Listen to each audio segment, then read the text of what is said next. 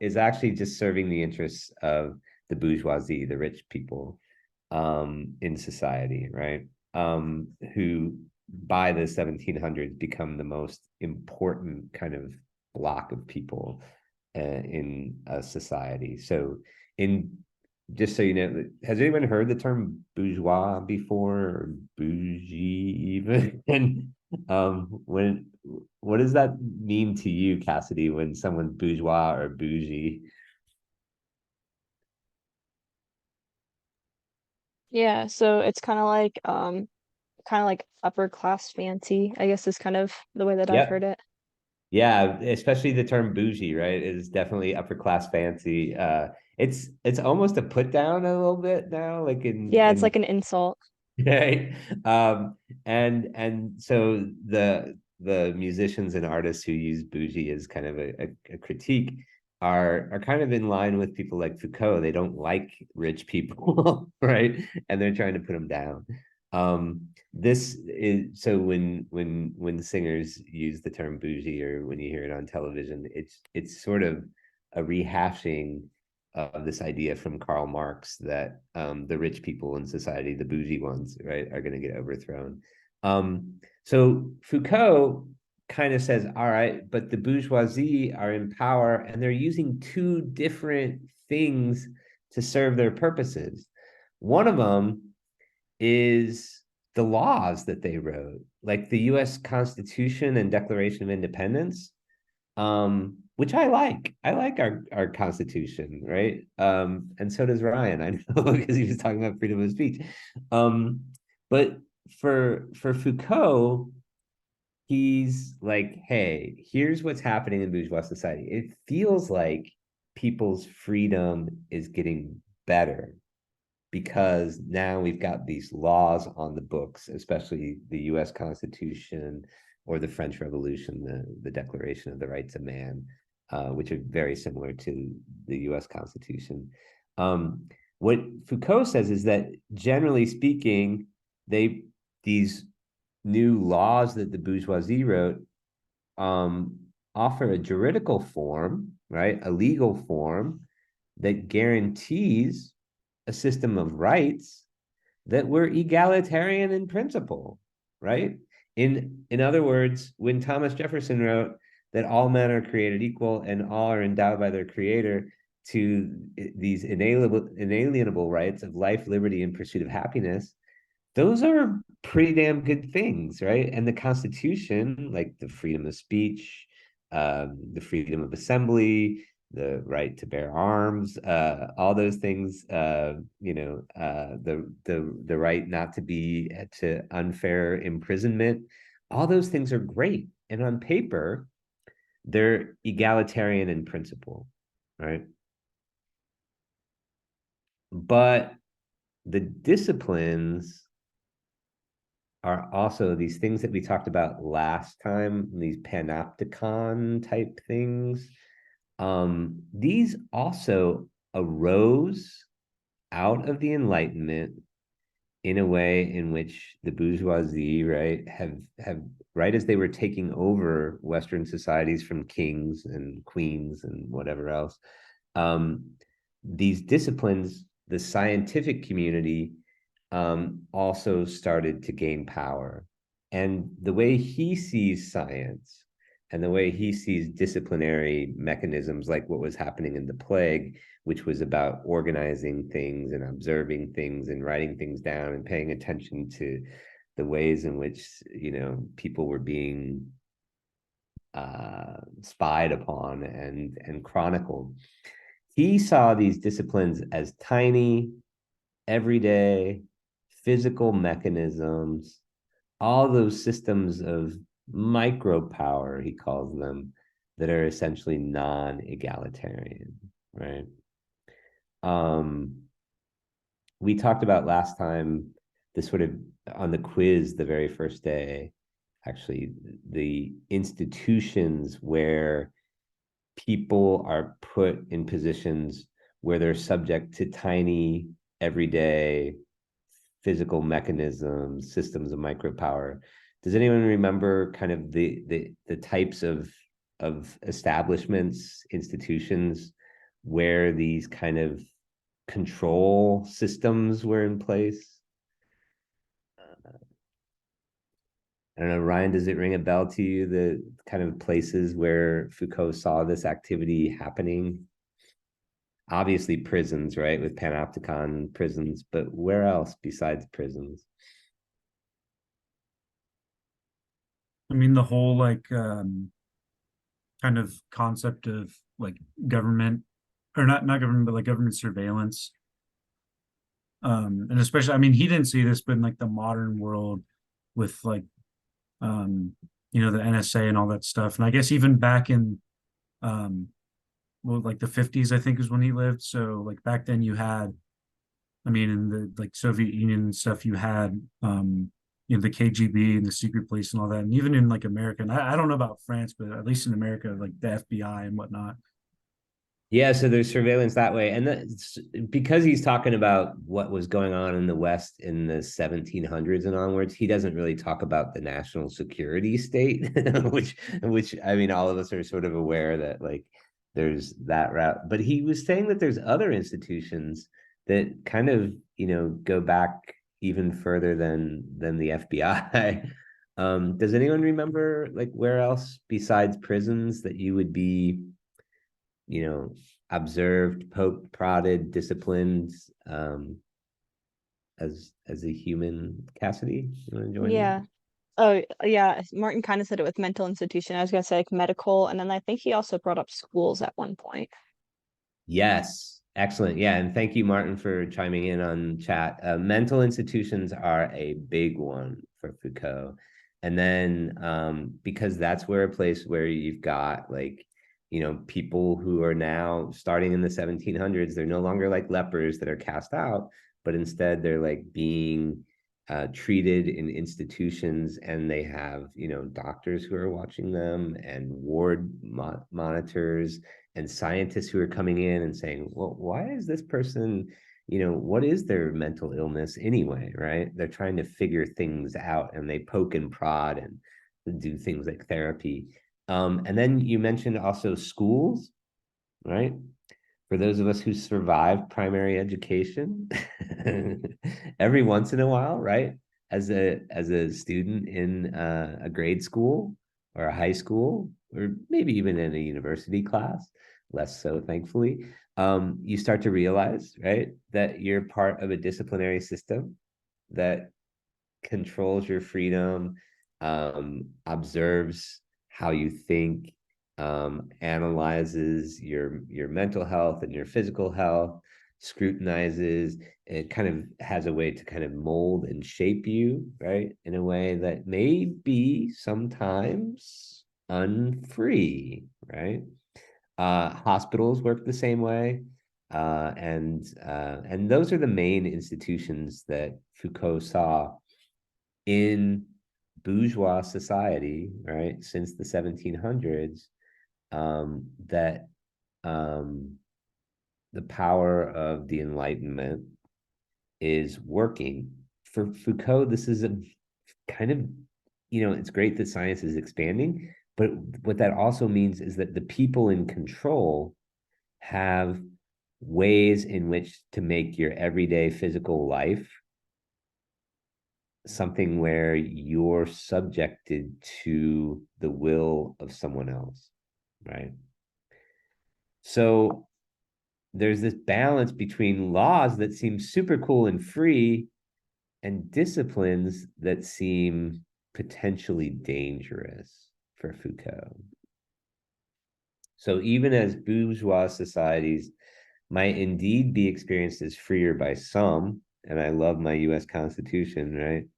Citizens are also highly controlled in them, right? And as Martin pointed out with the CIA and Ryan pointed out with the FBI, this has gotten even more severe, right? As time goes on, right? That the national security state, and now with the internet, and who God knows what Amazon knows about me and Google, right? Um, so that we're really being surveilled by other people as well. What about Hendy?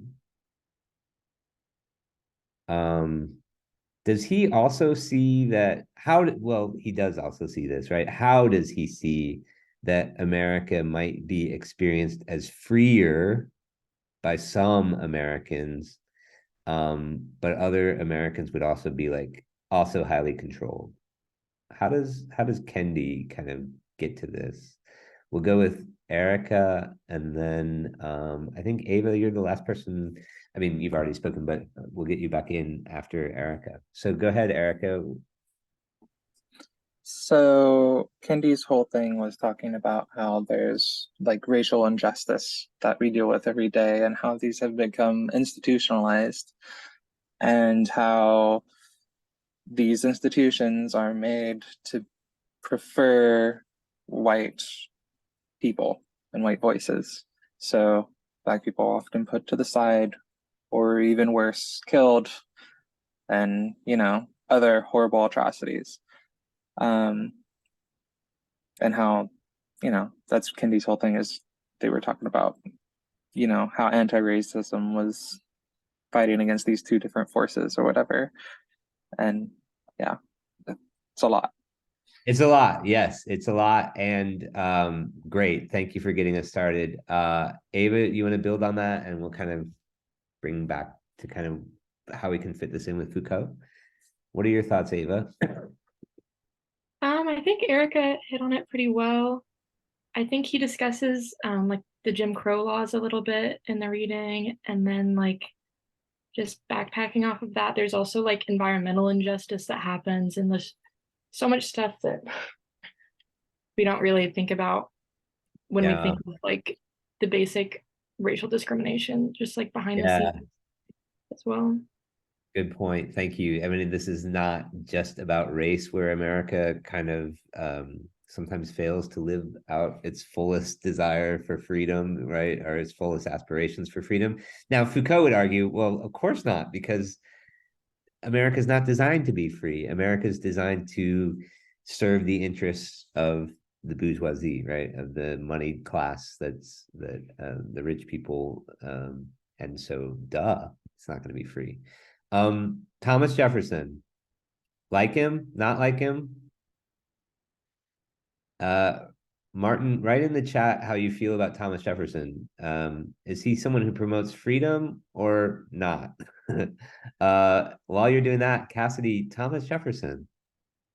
I have a lot of opinions on Thomas Jefferson.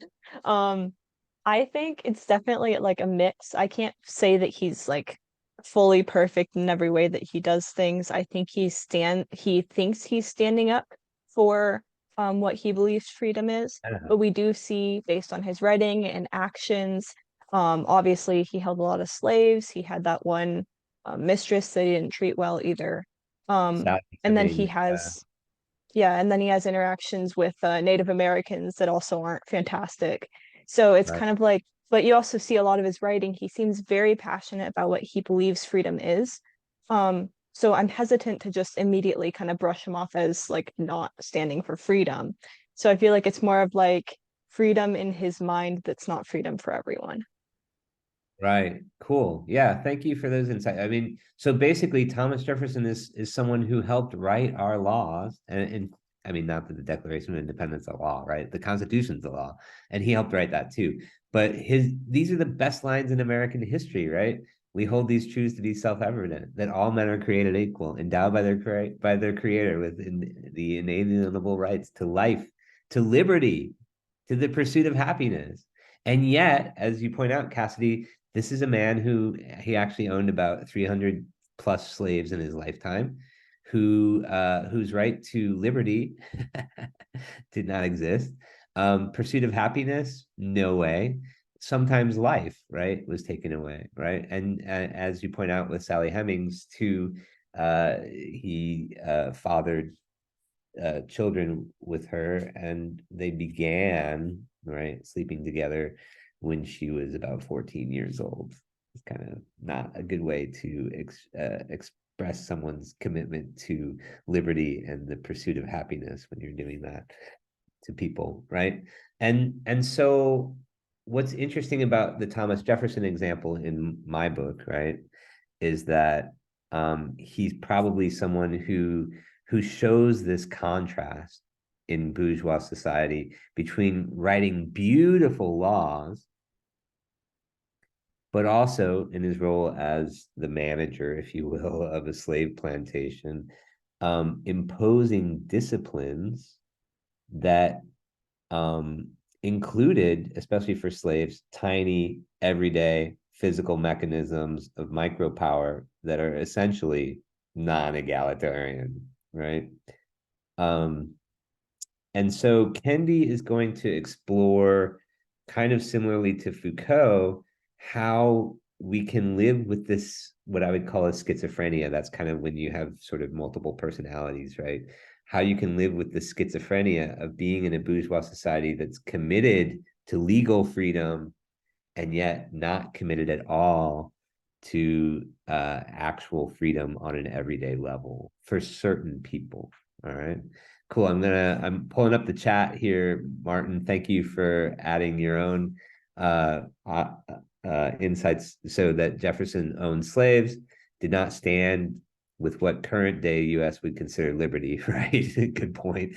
Nevertheless, he did write the Declaration of Independence, right? And this is good. So you also hit on this tension that is so fascinating to both Kendi and Foucault about bourgeois society, about America, but also about France and Western Europe as well. Cool. Let's talk about a couple other questions for today, right? Tell me this, right? So I'm kind of thinking about race mostly today, and we'll get to homosexuality if we have the time. When I was growing up, this is what I heard about race. All right. And I'll kind of ask a couple of you, did you hear the same things? So Ryan, I'll ask you, and Cassidy, I guess you're back. So Ryan and Cassidy, regarding race, and especially its relationship to knowledge, science, right? And power, which Foucault claims that power is in the hands of the bourgeoisie, and that they have some way of kind of impacting disciplinary structures, which is what science uses. So this is what I heard growing up regarding race and science, that there's no scientific basis for racism, right? That's what I was raised hearing. Did Ryan, when you were growing up, did you hear other things, or is this kind of more or less what you were taught growing up? Yeah, that's pretty much what I was told. Okay, Cassidy. Growing up, yes, but since I've been in like college, I've heard arguments, like not ones that like they believe, but like arguments toward the scientific backing of it. So, I mean, so there was, I forget the word is, but there was one about like DNA and stuff. But then there's another one Oh, with like linguistics that talks about how like the use of the language is just scientifically worse. Which is obviously, if you know linguistics, that's not true. But like yeah, that I think because linguistics is so strongly like pulled into science, I think that also kind of pulls into that same argument. And obviously Darwin yeah. wrote a lot on that.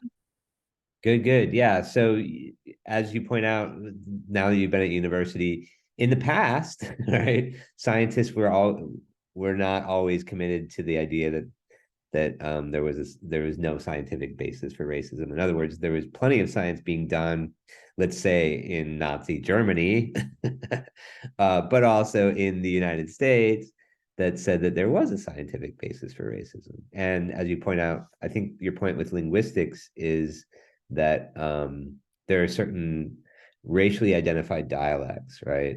That that historically speaking, people have said, well, that's not the proper way to talk, right? You have to talk proper. Is that kind of what you're getting at, Cassidy? So I mean, yeah, dialects have always been around, but there was this weird, like, I say weird. There were a lot of studies in a certain time in early American linguistics that talked about how specifically AAL, African American language, had like scientific differences that separated it from other dialects and was just for dumber people. And it was like a whole thing. So I mean, yeah, dialects in general, but that was like a weird like phase of studying. So for them, it was African American language meant inferior, like scientifically Yeah. spoken. Inferior. Yeah, just Okay. scientifically inferior. All right. Ryan, you want to add something? Yeah, I know, like as far as like scientific racism goes, I know that even before like the Nazis, during the like colonial periods in Africa, they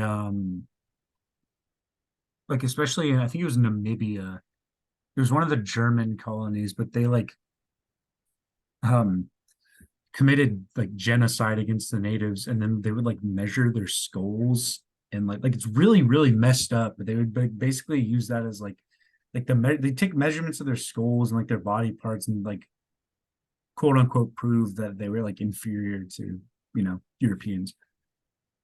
Yeah. Okay, good. Yeah. So skull measurements, anthropologists and other kind of biologists were doing measurements on skulls to kind of supposedly prove inferiority, right?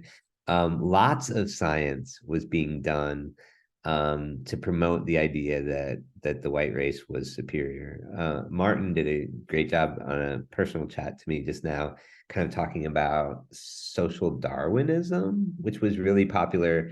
So I'll be honest, most scientific racism, like science that was done to promote racism, was done between the 1870s and the 1930s.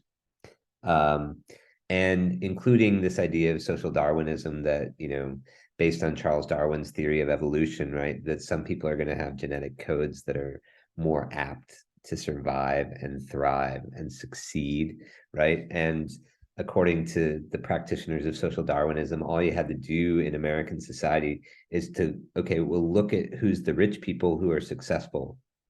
And especially in the 1870s, 1880s, 99.9% of them are white, right? So therefore, there's a genetic predisposition on the part of white folks to end up, on top. And again, this was claimed to be science. We did learn one thing well from the Holocaust in World War II, and that is that this kind of science that promotes racism is bunk, right? You certainly won't get funding, or you won't get a job at any university in the United States, nor in Europe, nor anywhere else in the world, hardly, if you're going to promote the idea that there's a scientific basis for racism nowadays, right? There's a lot of good work done by historians, especially like Ibram X. Kendi, that point out how scientists used to be racist, right? But yeah, so this is something that's changed since World War II, and especially also since the civil rights movement in America. So for those of you who know, yeah, I mean, if you went to primary school in the US, you know who Martin Luther King is.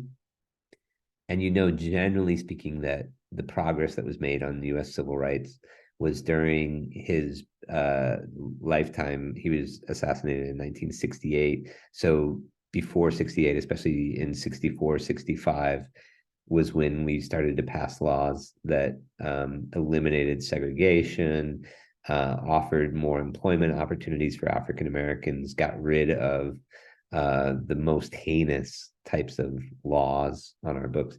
And that was a huge kind of helping point for science to also evolve away from racist tendencies. But Kendi will point out, hey, there was also kind of racist thinking going on in academic circles, even into the 1980s, 1990s, and so forth. So cool. What about this? What does Kendi have to say about this claim? I think we've kind of debunked it, right?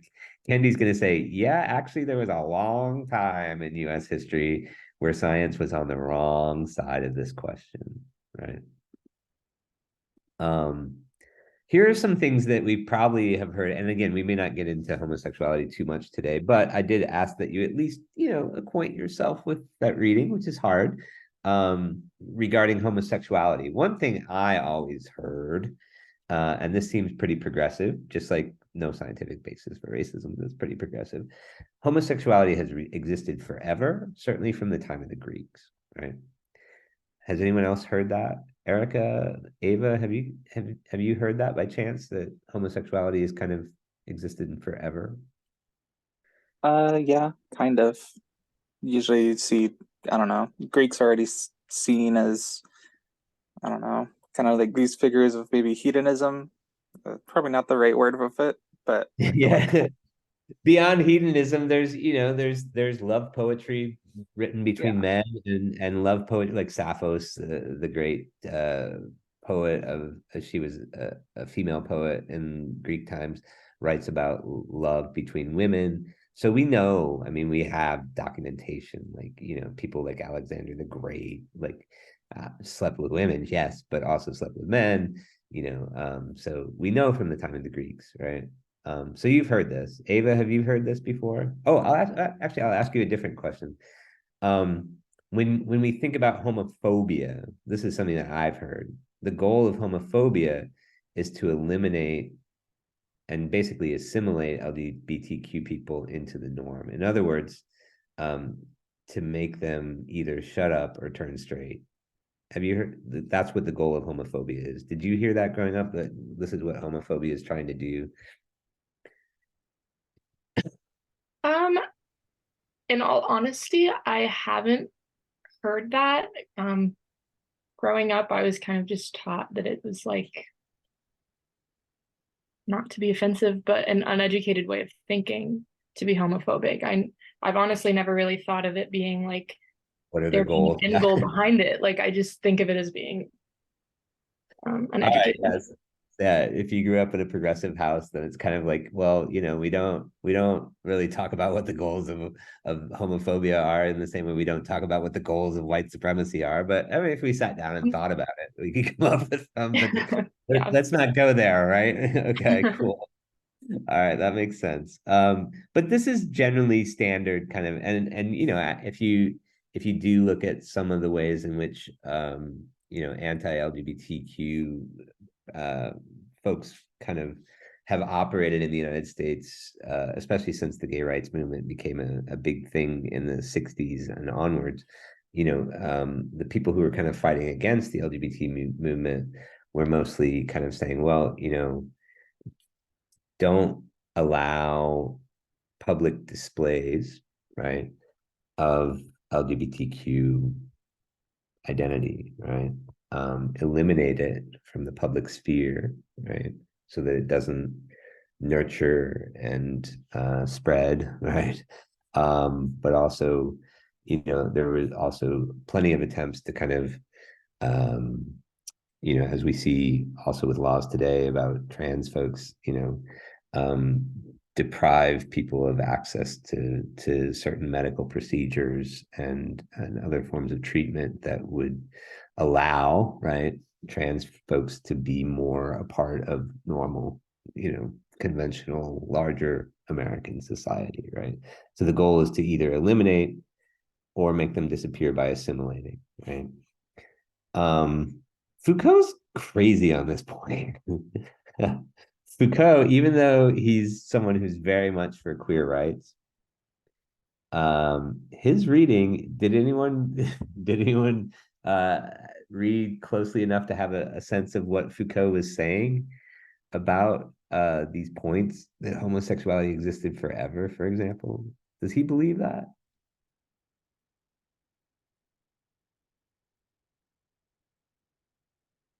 I'll give you all a pass because, again, I think we'll have time to cover that on Thursday. But newsflash, Foucault doesn't believe that homosexuality existed forever. And he says this as a gay man, right? And he's also not certain that the goal of homophobia is to eliminate LGBTQ people.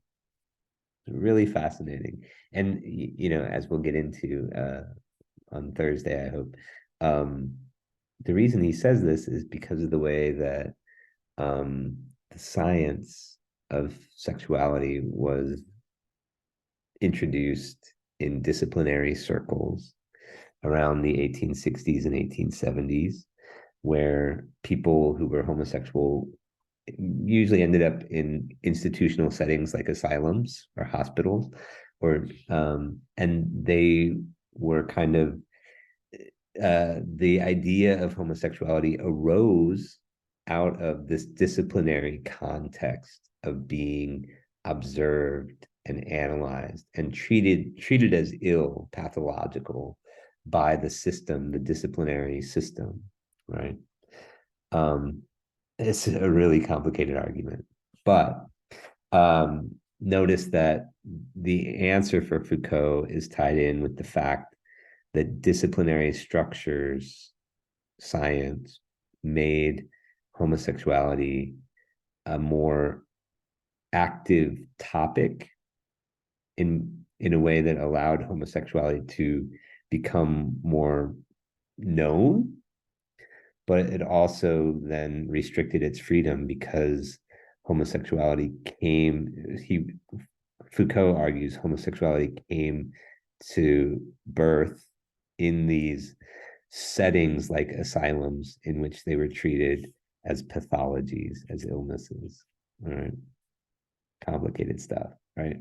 But you can see that both Kendi, and this is the bigger point, both Kendi and Foucault, when talking about these two groups that have been traditionally ostracized in American society, that science has not been on their side, right? That regardless of whether the laws say that all men are created equal, the disciplinary practices in American society, for our intents and purposes, the disciplinary practices have treated them as grossly unequal, right? Boom, let's talk about race. How do and we're going to use race when we talk about the creation of hierarchies that are unequal in Western societies like America, that are committed to freedom and equality. All right, so a couple things first. We know this from Foucault's reading, right? The disciplines act as panopticons of observation, documentation, which yields expertise in a particular field regarding human behavior, right? For Foucault, he says, and these are direct, a direct quote. The result is that these disciplinary structures create insuperable asymmetries between people. What does that mean, insuperable asymmetry? Does anyone kind of understand just the language of that? Go with Erica, go ahead. I read it as like insuperable as like not being able to be overcome, and like asymmetry, one is greater or less than the other. So Great, yeah. These are inequalities, asymmetries that cannot be overcome, right? This is what Foucault argues is a consequence of science, disciplinary panopticons that sometimes happen in Western societies. Cool. Thank you for that. Good. In a panopticon, there is what Foucault says, a non-reversible subordination of one group of people by another. That seems pretty clear, right? Same thing as saying in insuperable asymmetry. And then he adds, the surplus power is always fixed on the same side, which means one group is going to have more power, a surplus of it, than the other group, and it's always going to be that way. And then he also says that there's an inequality of position of the different partners in relation to the common regulation. Does anyone kind of want to kind of venture to say what that means? That there's an inequality of position of the different partners in relation to the common regulation.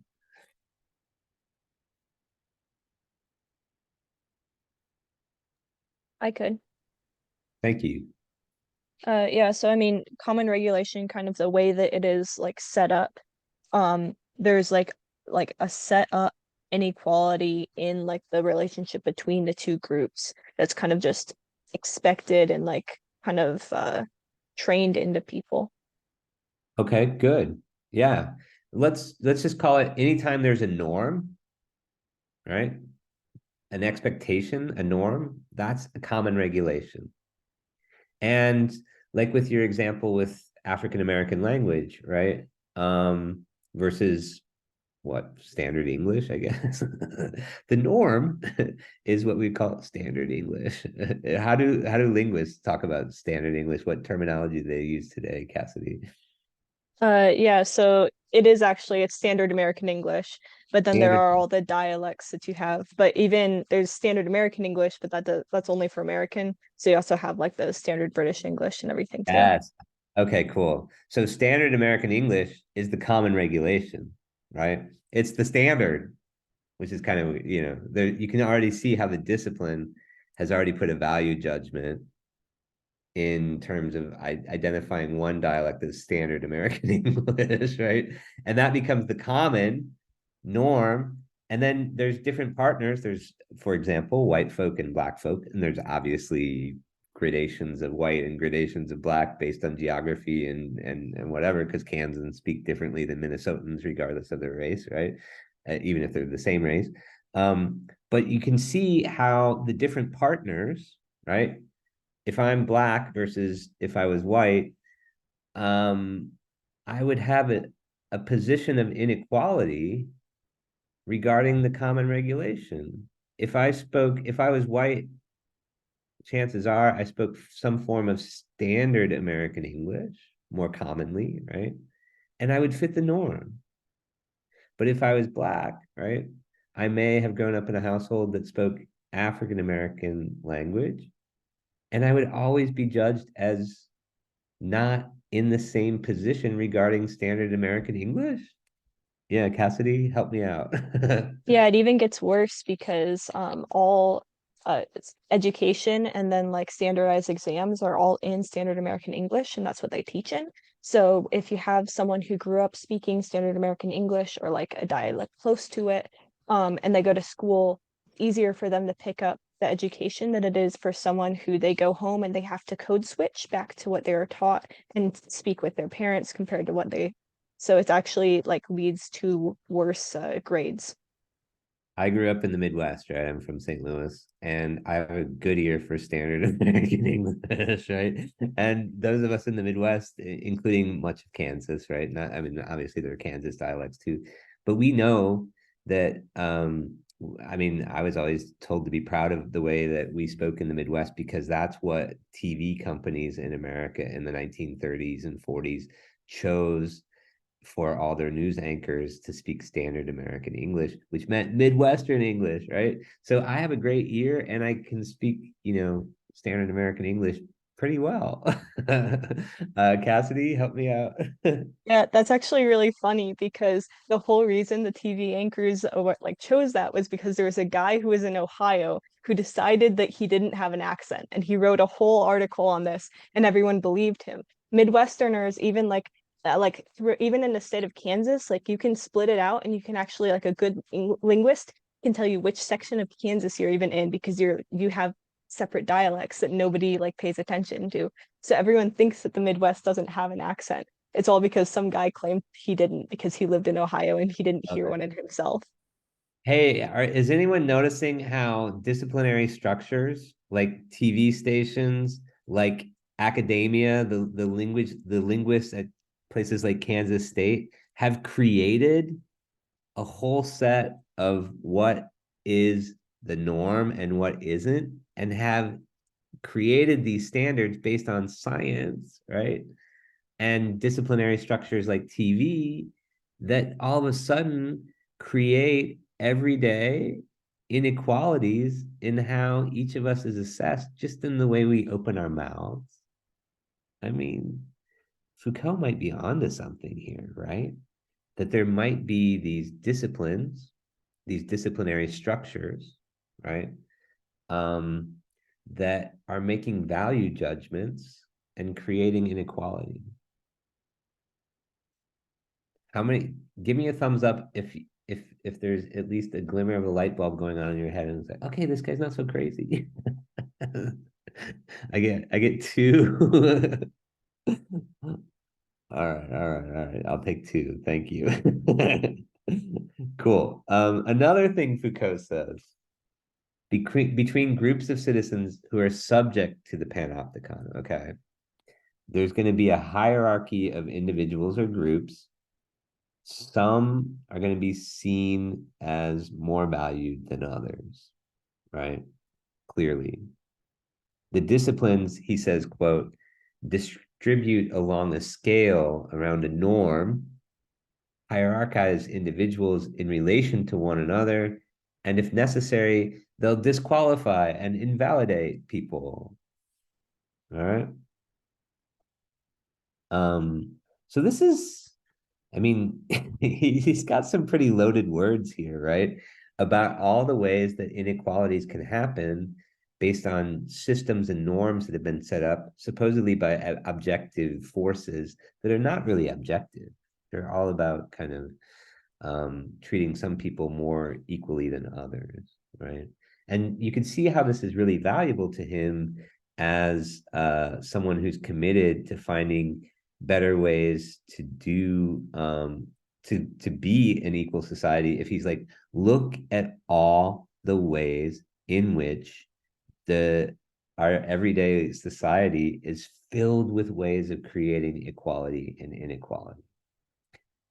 When we talk about racial inequality, and again, I think this is obviously way more poignant when we go back in time in the United States. If we were to go back to the 1920s, we would see grotesque, in-your-face racism, right? But even if we go, I want to show you an interview by a civil rights advocate who was younger than Martin Luther King, but he was writing at the same time that when King was still alive. His name was Stokely Carmichael. Has anyone heard of Stokely Carmichael before? Anyone? I'm I'm a US historian, right? I'm a little disappointed how we teach civil rights in our high school classrooms and our grade school classrooms, because we all know who Rosa Parks is, right? And we all know who Martin Luther King is. And that's about it. I mean, they might be able to name a couple other people from the civil rights moment who were important, but not many people know who Stokely Carmichael is. And that's me, not ideal, in my opinion. Now, one of the reasons why we don't know much about Stokely Carmichael is, one, because his politics by 1966 was much more radical than Dr. King's. So he was more into Black power and creating maybe even some forms of segregation between whites and Blacks, so that Black folks would have their own institutions where they could kind of learn the leadership skills and the self-confidence and accumulate capital in a way that would actually help their communities. And obviously 1966 was not a good time to be preaching segregation when Martin Luther King is out there preaching integration. I have a dream that one day my kid's gonna sit in the same playground with your kid and go to the same school as your kid, right? And so you can see why it wasn't popular, but as popular, I would say. But at the same time, Carmichael is very articulate in terms of identifying the various everyday ways in American society in 1966, in which Black people were discriminated against, running into norms and expectations, disciplinary structures that put them in an inferior position vis-a-vis white folks. So I've got like 6 minutes an interview that Stokely Carmichael did on national television, a show called 60 Minutes that's still around. This is from 1966. And what I want you to do, all right, while you're watching this like 6 minutes, is count the ways that Carmichael identifies as disciplinary structures that treat Black folks unfairly, right? Even, right, by 1966, we've passed all the laws we're going to pass effectively in this country to create legal equality for African Americans. And yet here he is saying, well, look at this and look at this and look at this. So count the ways, the number of ways that you see him kind of saying, there's this disciplinary structure, if he's using Foucault's language, which he doesn't. So count the number, but then also have like 1 or 2 examples that really stood out to you, so that when I asked for you to say, okay, what was 1 or 2 things that Carmichael added to the list, that you'd be able to come up with them. Sound good? All right. I present to you Stokely Carmichael, who in 1966, he was like 22 years old. He was just like college age kid, right? And he's running a massive civil rights movement at the time. When you read stories about difficulties, riots in Omaha or Cleveland or Brooklyn or Chicago or wherever, I call them rebellions. they're rebellions. And you see nothing wrong with them?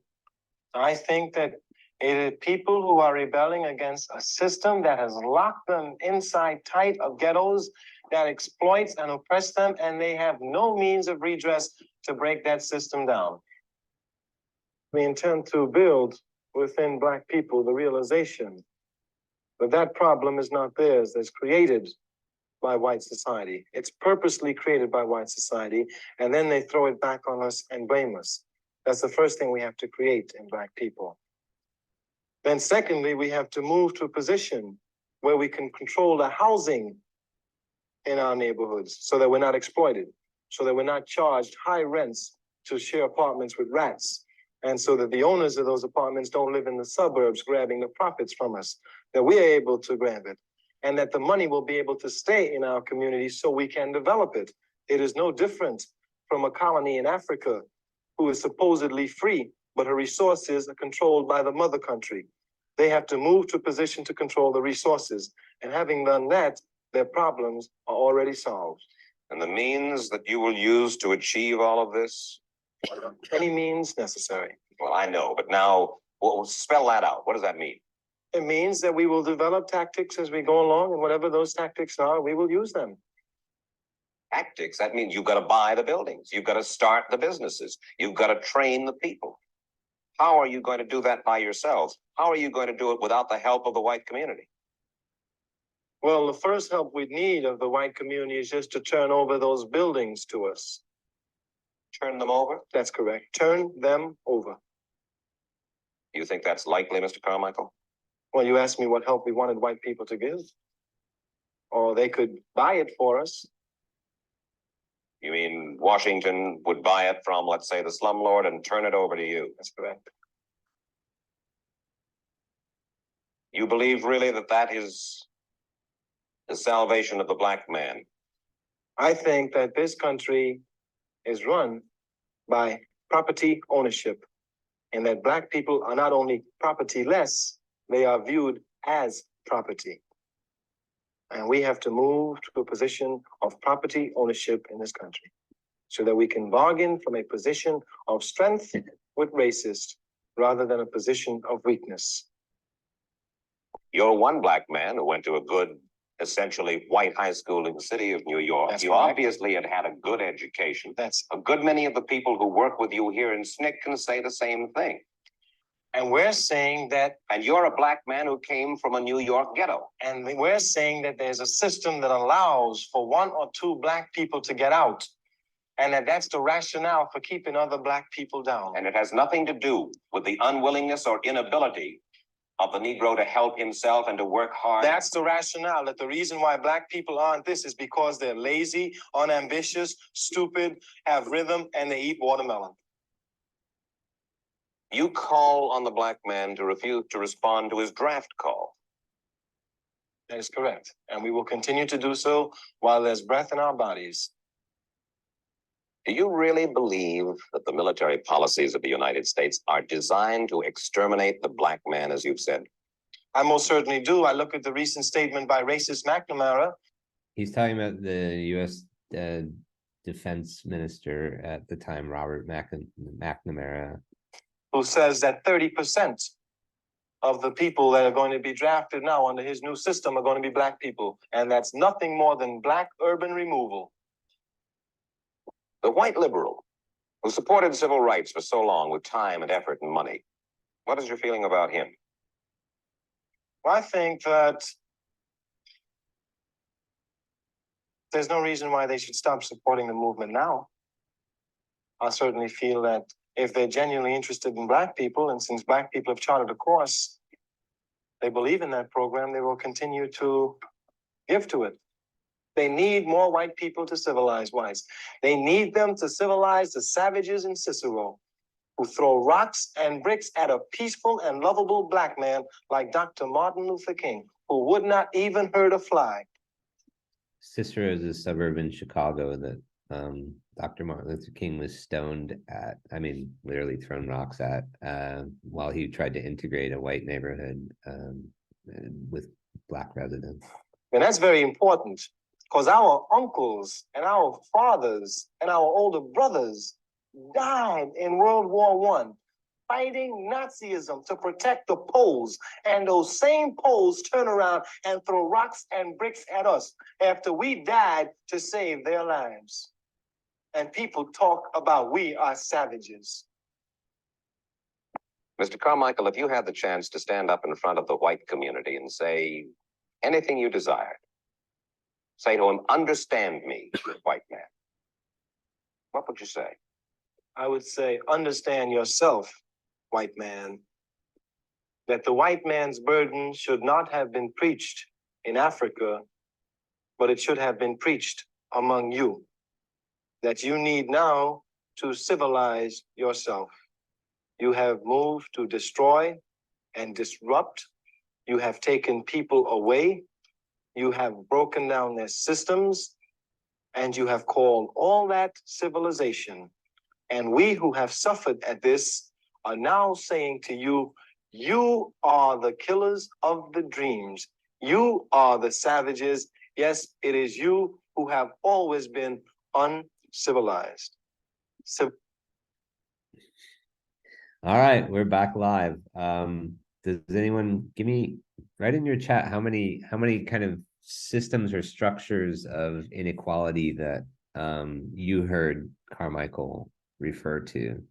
We'll see in the chat how many we how many we got.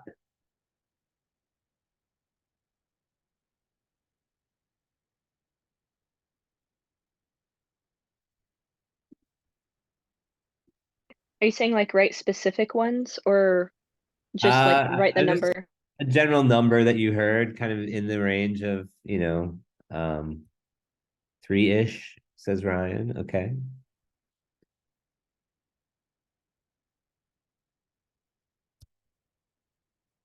Yeah, lots of overlap. Erica's in with 6.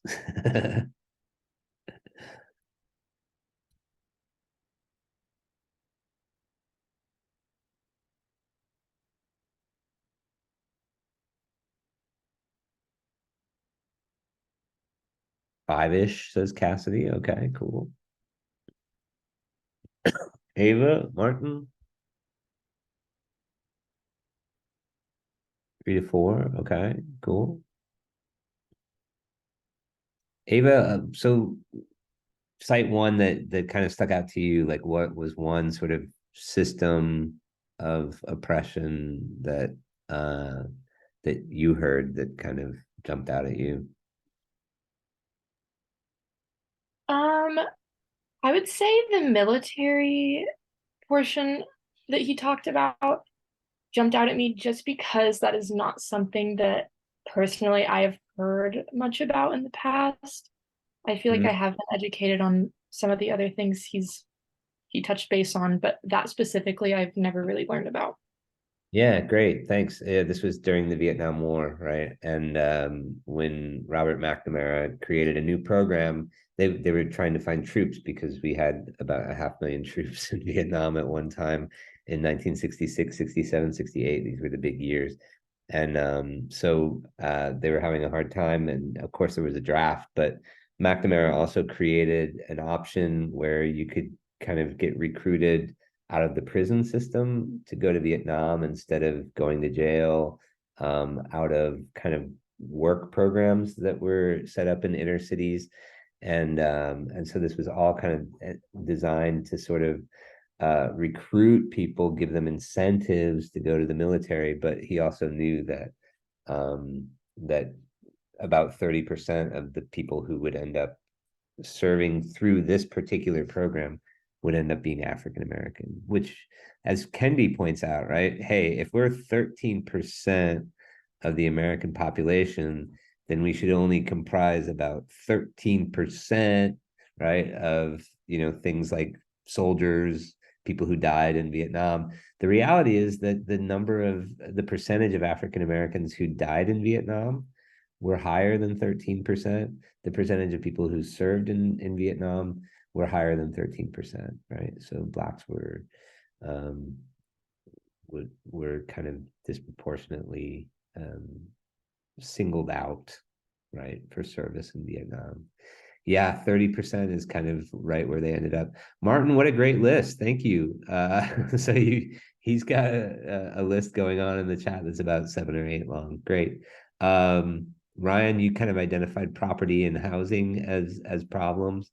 Erica, I know you kind of said, hey, they sort of overlap, but like, give me one that sort of jumped out at you. Mostly he talked about how money was kind of getting extracted from their communities via like property owners who live in the suburbs. Like they charge for the rents, and then that money leaves the community and goes into that white suburb or whatever. Yeah, good. Yeah, so kind of the whole slumlord cycle of Black people paying rent on places that were basically awful, right? And then all that money going to the hands of landlords, right? Cool. As you can see, there's lots of different structures, lots of disciplinary systems that that Carmichael was very frustrated by in America in the 1960s, right? And I think I don't want to do a one-to-one correlation. Well, this is the same stuff that Foucault is talking about. But I do think it's important to start to see how Michel Foucault's insights about, hey, sometimes knowledge isn't as objective as we think it is. Sometimes systems that are supposed to be equal don't end up being equal, would be very attractive to people seeking change in society, whether it be race-based change or other sorts of liberation movements. Ultimately, and this is kind of where it looks like with time we'll have to kind of do this somewhat quickly today, is that I do think that that Kendi and Foucault end up reaching similar conclusions about truth and its relationship to power. From Kendi's perspective, and I just kind of got a little list that kind of he says, Kendi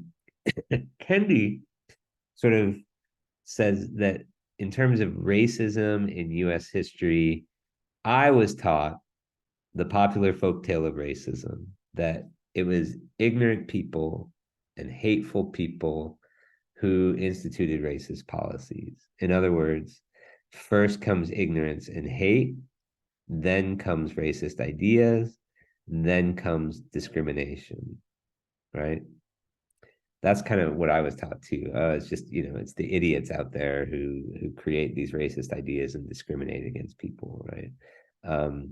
But what Kendi says is that this relationship is actually not true in history. It's ahistorical. It's actually been the inverse, the opposite, that racial discrimination led to racist ideas, which led to ignorance and hate. In other words, that there were people in power, the bourgeoisie, right?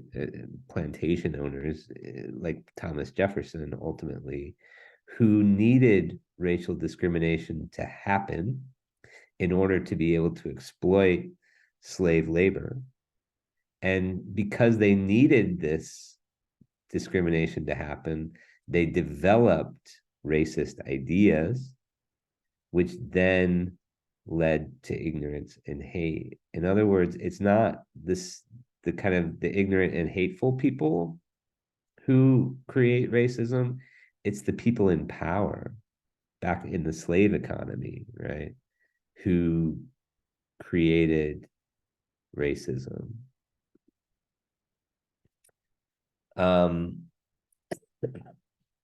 He does identify who these people in power are, who created this truth.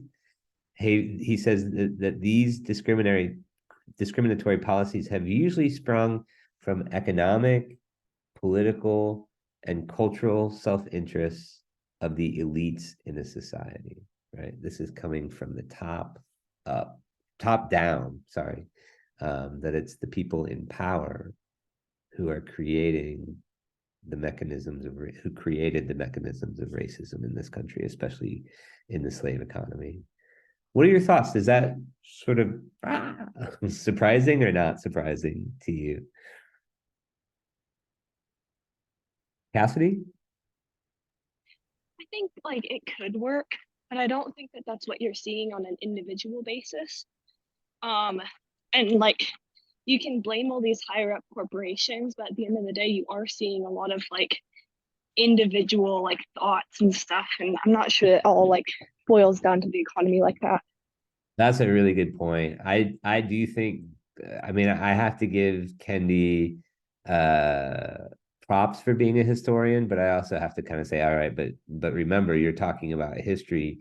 Yes, it was the, say, Thomas Jeffersons of the world who, under a slave economy, created racial discrimination and helped to develop the racist ideas of superiority and inferiority.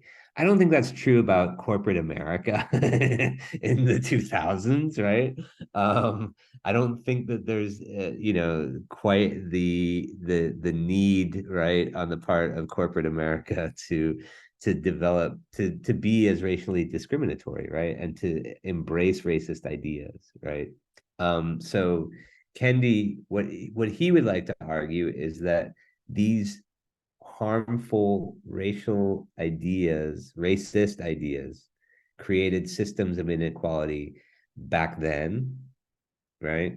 And they persist today, though thanks to anti-racists, we're able to kind of push back against them now, right? And so yeah, Cassidy, very good point. I think there's a lot more space even amongst elites today in 2023 to be anti-racist, right? Cool. What about Foucault, right? We can well imagine that Foucault would see that the everyday experience of racial discrimination, the kinds of things that Stokely Carmichael was talking about, would constitute what he calls the minute disciplines, the panopticons of every day, right? These microaggressions, I guess is what people call them now, right? That there's these little ways in which inferiority is always kind of being pushed on you. I'm kind of taken by just even the questions that the interviewer asked Stokely Carmichael, that it was almost like it was designed to sort of question Carmichael's, credibility, right? I know we're out of time, so I will kind of put these up and let you kind of ponder them as you see fit. But you can kind of see that what what I think is important, and the way I want to finish class is just kind of saying, hey, Foucault's idea, his philosophy of how truth serves power, is something that can be very helpful to people like Kendi and other anti-racists sort of uncover the ways in which racism has permeated the lived reality of African Americans in the United States. I'll stop there. All right. No, thank you. You guys have a good rest of your day and take care. And I'll see you on Thursday. We'll talk about gender, and I do want to talk a little bit about homosexuality as well. So definitely read the Judith Butler piece, but also then refresh yourself on Michel Foucault's Perverse Implantation. Such a good title. All right. I'm going to take off, but slowly. So if people have questions, you can linger and ask me questions over the next couple minutes. Cool.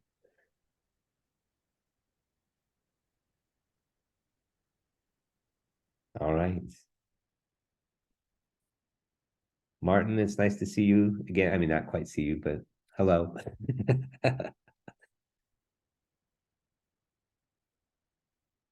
All right. Laurie, I think that's it for today. All right. All right. We'll see you guys next time. All right. Have a good one. Bye-bye. Bye.